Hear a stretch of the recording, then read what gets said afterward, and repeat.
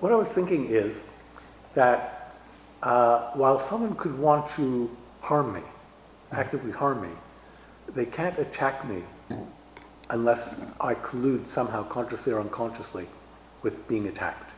So if a big iron pot falls off a shelf, and I see it coming toward me, I understand there's danger and I need to respond, but I don't feel attacked.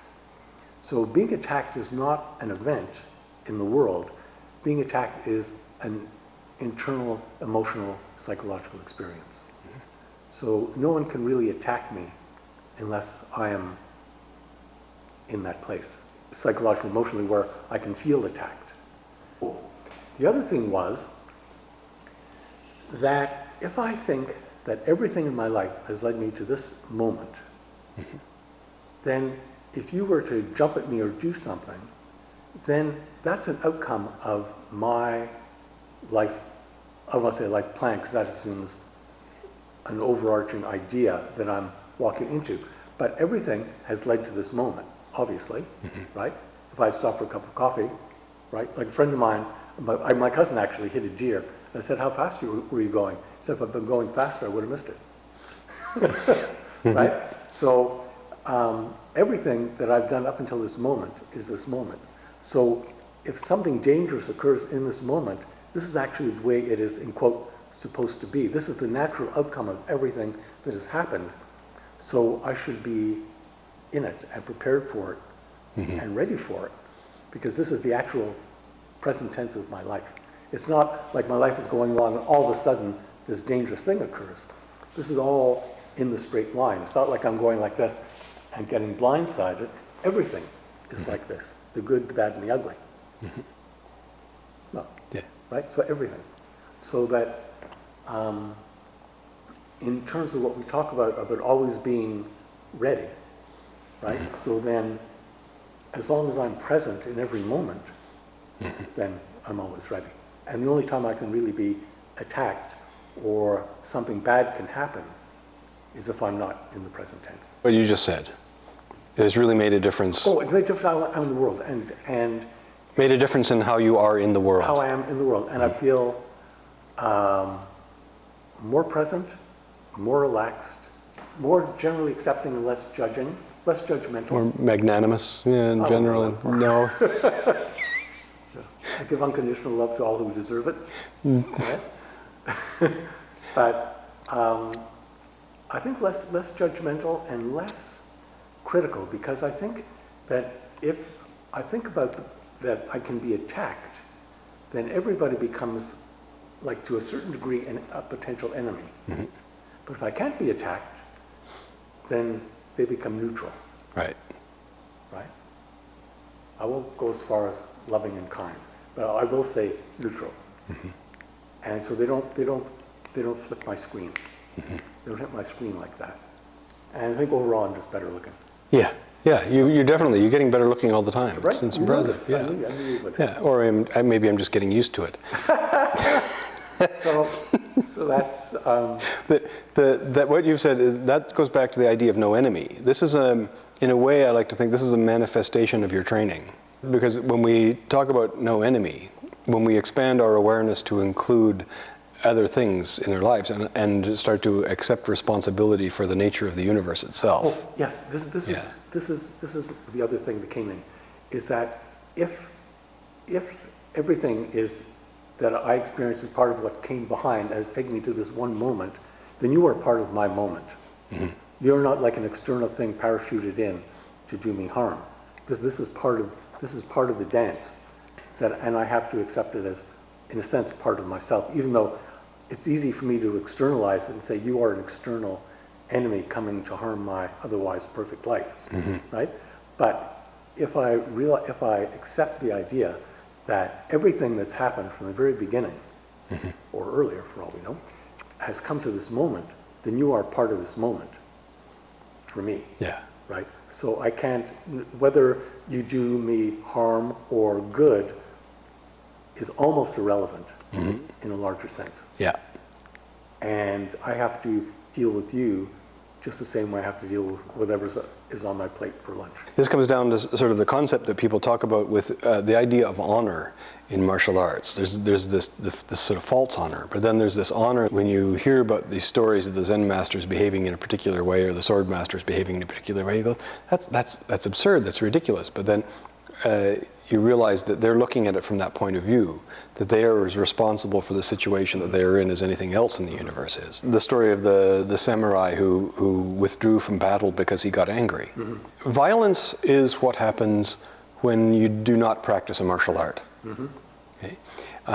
Violence is the inability to regulate the relationship between you and an attacker or a dangerous situation or a violent situation, that political strife, famine, disease, anything, any tumult that happens in the world.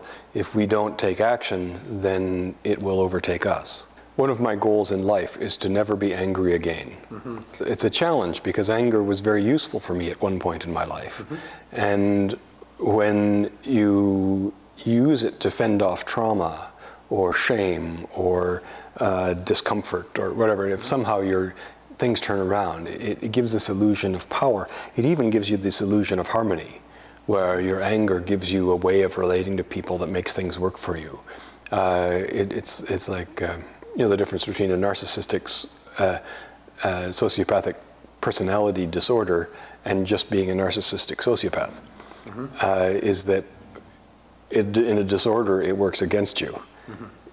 If it's not a disorder if it makes you president of the United States, right, and gives you everything you ever wanted. Mm-hmm. The anger becomes a habit, becomes a way of interacting with the world. Mm-hmm. And then when I was driving in Vancouver, when I used to drive for a living a lot, and I used to get angry when a drunk or a drug addict or somebody would walk out into the middle of traffic, and I'd screech to a halt to avoid killing them, and they'd give me the finger and swear at me. And it used to upset me. It used to frustrate me. Then I remembered that I used to drive cross country, and a moose or a deer or something would come out onto the road, and I don't know what it was running from. It may have been trying to escape from a predator or wandering aimlessly onto the road. But it felt no particular animosity to me, I'm sure, and I didn't take it personally. So why I should feel less anger for the deer or the moose than I did for that person who had their own situation and their own things to deal with. So I learned how to drive more slowly in those neighborhoods and to look out for the unexpected. Mm-hmm. And that awareness that I developed probably saved my life later on, mm-hmm, when I was able to see things that I couldn't see before. So this offensive thing that I would have gotten angry about, I'm now grateful for because it heightened my awareness. We know that our anger, for the most part, is harmless. Mm-hmm. But the people around us who see our anger don't know that. Mm-hmm. So we can really cause a lot of trauma and a lot of harm to people that we care about if we allow ourselves to express our anger. So we learn how to repress it, and then it comes out in unfortunate ways. Mm-hmm. So to learn not to be angry is part of this training. When the punch comes in, when we're training, if I throw a punch at you, I'm trying to hit you in the face, but you don't take it personally. But I'm not giving you proper training if I don't actually try to hit your nose. Mm-hmm. I have to have that intent there. We have lots of mechanisms that we use for regulating that, and I don't suggest that my other students try as hard to hit their training partners as I do, but I have trained to be able to regulate that intent so I can give you a real intent, and I'm really trying to hit you in the face when I move. Mm-hmm.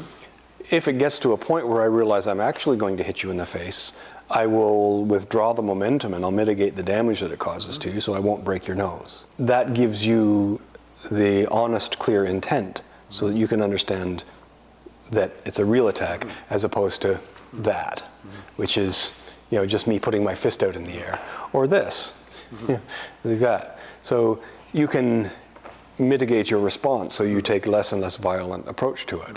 Whereas if I'm doing this, there was real intent there and you responded to it. So if I'm just doing this, you'll reach out and you'll engage, but there's no violence in it. You're not judging my attack or my movement. But if I do this, then you know that it's real. The physical movement was no different. Right? It's still this, right? But your response is much less. So you are able to respond to the levels of intent without changing the emotional state. So you don't become the victim of your own violence in dealing with mine. I don't get attacked. Right. You don't get attacked. I don't get attacked. Yeah. Something is happening, but that's different than being attacked. That's right. Yeah. So I'm trying to hit you. I'm trying to attack you. You're not letting me. Yeah, yeah. Which is different than whether I get hit or not. Right. That's different. Yes, Yeah. exactly. If you get hit, that's your own fault. It's your own responsibility. Yeah. It's your either lack of awareness or lack of understanding or lack of training. There is something that you have done or not done Or choosing to that stay got. martial arts rather than the ping pong. Yes, that's right. Yeah, and table tennis can be dangerous too. You can. You get a ball right in the mouth. I had a friend who was hospitalized for 6 months from a water balloon fight.